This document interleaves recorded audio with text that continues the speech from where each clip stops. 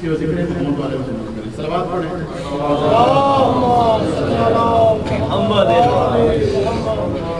میں نے یہ نہیں کہتا کہ 1 2 3 پہ لعنت، میں یہ نہیں کہتا 1 2 3 پہ لعنت، سفیان کی پوری دین پہ لعنت. حیدری نعرہ تکبیر، نعرہ رسالت یا رسول اللہ، نعرہ رسالت یا رسول اللہ، نعرہ حیدری یا حیدری، آل بیت کے دشمنوں پہ لعنت بے شمار، ناپیسی کے دشمنوں پہ لعنت بے شمار. اعوذ باللہ من الشیطان الرجیم، بسم اللہ الرحمن الرحیم. الحمدللہ رب العالمین والصلاۃ والسلام علی خاتم النبیین وعلى الطيبين الطاهرين المعصومين المظلومين واللعنة الله على العاصي والمجيد يوم هذا إلى يوم الدين. صلوات اللهم صل على محمد وآل محمد. نعرہ صلوات محمد. بات دین اور تبرک کی ہو رہی تھی تو امام جعفر صادق علیہ السلام سے کہ مولا دین کیا ہے، تو مولا نے جواب دیا کہ محمد و آل محمد سے سچی محبت اور ہمارے دشمنوں سے بیزاری کا نام ہی اصل دین ہے. درود پاک بھیجے محمد و آل محمد.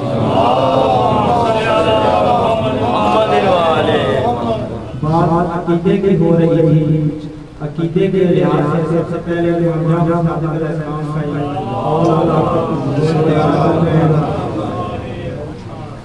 مولا فرما رہے ہیں کہ دین مکمل ہے، دین مکمل ہے کیونکہ دین میں تعلیم کر دی گئی ہے. تعلیم سے مراد رد و بدل،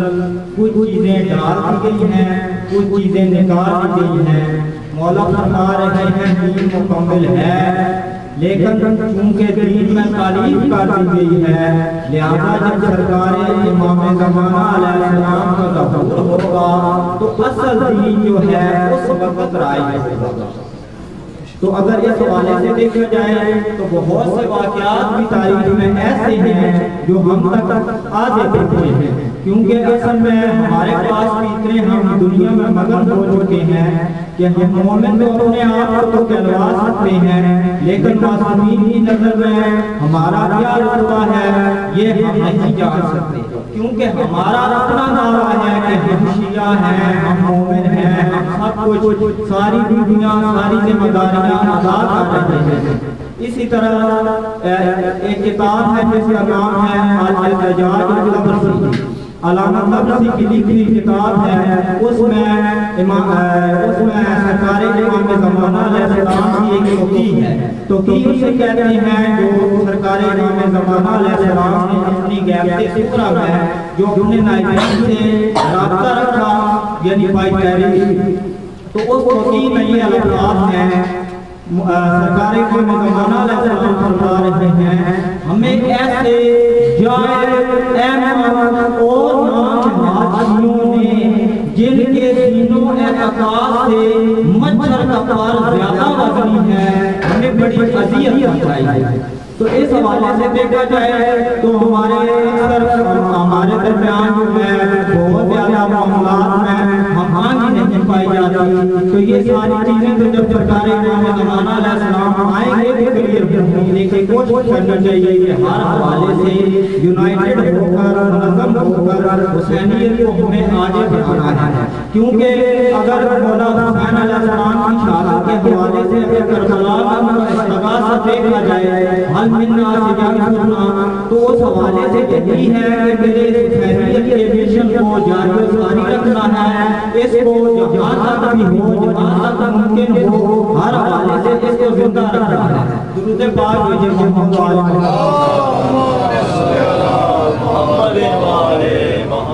تو اسی حوالے سے جو میں نے آپ کے سامنے فرمان گوشت گزار کیا ہے اسی حوالے سے کچھ واقعات بھی ہیں جو تاریخ میں ہمارے سامنے نہیں آ سکتے، نہ ہی ہمارے پاس اتنا ٹائم ہے کہ ہم ان کو تلاش کریں۔ جو لوگ وغیرہ ہمیں دیتے ہیں ہم لے لیتے ہیں، بس ہم نے بھی کبھی کوشش نہیں کی۔ تو سرکار کو ہمارا السلام کے فرمان کے مطابق